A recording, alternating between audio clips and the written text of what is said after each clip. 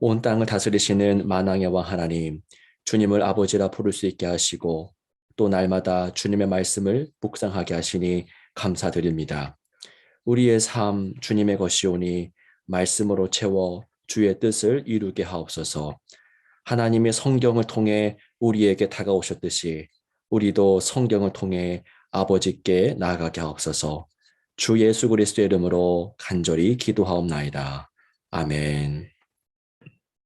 오늘 우리에게 주시는 하나님의 말씀은 구약성경 사사기 16장 15절에서 31절까지 말씀입니다.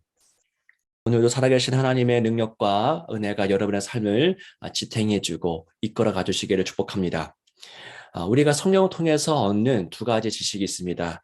한 가지는 하나님에 대한 지식이고요. 한 가지는 우리 자신, 인간에 대한 지식입니다. 하나님의 행동을 발견하게 되고 또한 인간의 행동이 어떠한지를 성경을 통해서 발견하게 되죠. 오늘 본문도 역시 그러합니다.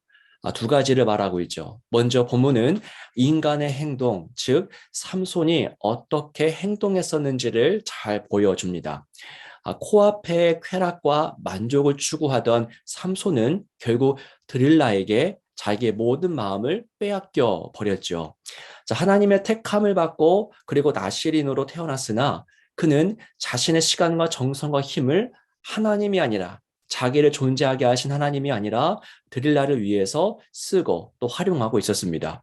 여러분 16절의 말씀을 한번 보시기 바랍니다. 날마다 그 말로 그를 재촉하여 조름해 삼손의 마음이 번뇌하여 죽을 지경이라. 자, 뭐라고 합니까?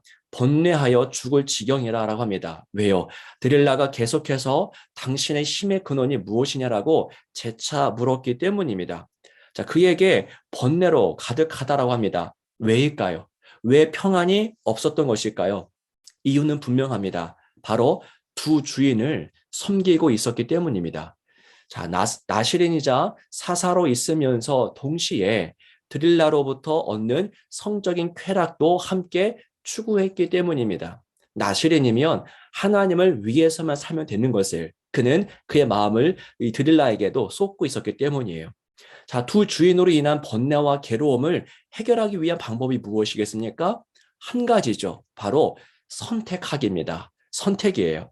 선택은 여러분, 하나님이 주신 너무나 중요한 선물입니다. 그 선물을 언제 어떻게 쓰면 됩니까? 그 선물을 통해서 우리는 우리 마음의 번뇌와 분주함과 불안을 제거할 수 있습니다. 선택은 여러분, 수술용 메스와도 같다고 한 생각이 듭니다.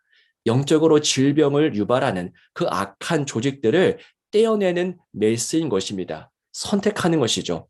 선택을 그렇게 사용하라고 하나님이 우리에게 주신 것입니다. 여러분, 우리 가운데 마음의 번뇌, 또 고통, 또 불안함이 있지 않습니까? 하나님이 주신 이 선물인 메스를 지혜롭게 활용하시기 바랍니다. 선택하시면 됩니다. 여러분, 오늘 말씀에 삼손의 마음 가운데 번뇌가 있다고 합니다. 그래서 삼손이 뭐 합니까? 이제 선택을 하죠. 그런데 여러분 잘 보십시오. 무엇을 선택하고 있습니까? 어디를 그 메스로 잘라내고 있습니까? 17절의 말씀을 함께 보겠습니다.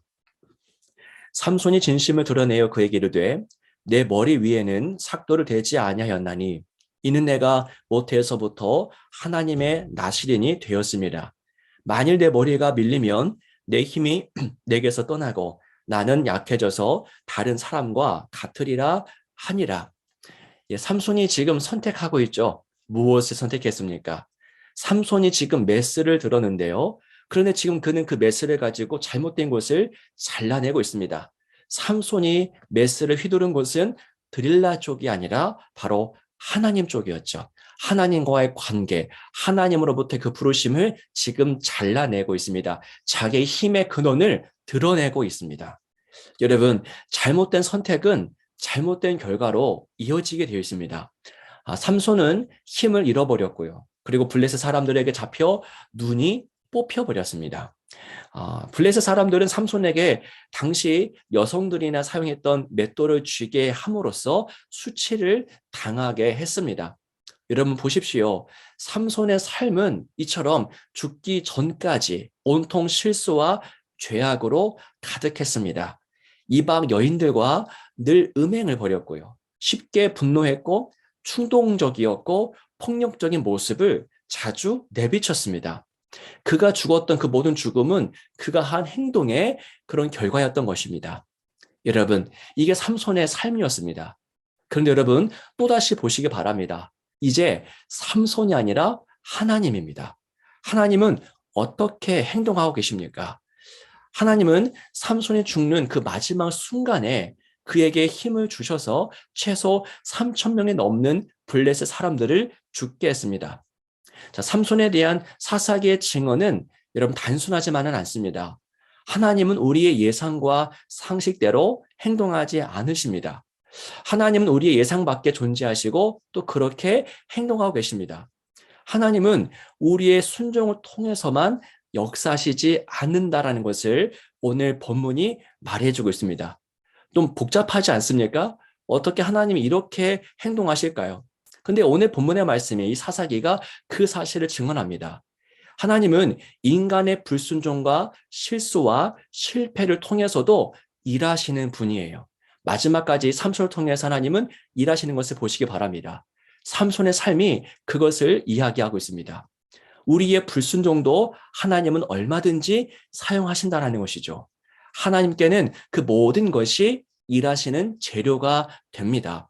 여러분, 오늘 본문은 인간 차원의 행동이 아니라 하나님 차원 행동에 집중하고 있습니다. 여러분, 삼손의 행동을 보고 배우라고 말하는 것이 아니라 하나님의 행동을 보고 하나님의 크기와 넓이와 깊이를 더 온전하게 이해하라고 합니다. 하나님을 우리의 생각대로 축소시키지 말라고 말합니다. 여러분, 예수님에게서도 같은 일이 벌어지지 않았습니까? 당시 사람들은 인류 최악의 행동을 범하고 말았습니다. 하나님의 아들 예수 그리스도를 십자가에 매달았고요, 모욕했고 침도 뱉었습니다. 인류 역사상 그건 최악의 사건이었던 것이죠. 하지만 하나님은 그 최악의 사건을 통해서 뭐 하셨습니까? 일하셨습니다. 그 최악의 사건을 통해서 하나님은 이 땅을 구원하셨고 죄를 사하셨고 부활의 사건을 일으키셨습니다. 여러분 기억하십시오. 이게 하나님입니다. 우리 인간의 행동에 갇혀서 일하시는 분이 아닙니다. 하나님은 우리의 성공도 우리의 실패도 사용하셔서 거룩한 뜻을 이루시는 창조주이십니다. 그래서 하나님이시고 그래서 창조주신 것이죠. 우리가 넘어질 때도 일어설 때에도 하나님은 하나님의 크기와 능력의 크기대로 일하시는 분이십니다. 그 하나님을 저와 여러분들이 끝까지 소망하며 기대하며 나가는 복된 삶을 살아가시기를 축복합니다. 기도하겠습니다. 살아계신 주 하나님 아버지, 삼손은 끝까지 죄를 지었고 실수했고 실패했으나 하지만 하나님은 그 실수와 실패를 가지고서도 능히 일하셨던 분이십니다. 하나님은 우리가 재단할 수 없고 판단할 수 없는 예상 밖에서 존재하시며 행동하시는 분이십니다. 그 하나님을 우리가 끝까지 경배하며 소망하며 살아갈 수 있도록 은혜를 베풀어 주옵소서. 우리 삶의 절망에 가득합니까? 그 절망 또한 하나님께 내어 맡기면서 하나님 일하실 것을 기대하며 살아가는 오늘의 삶이 될 수 있도록 함께하여 주옵소서. 주 예수 그리스도의 이름으로 간절히 기도하옵나이다. 아멘.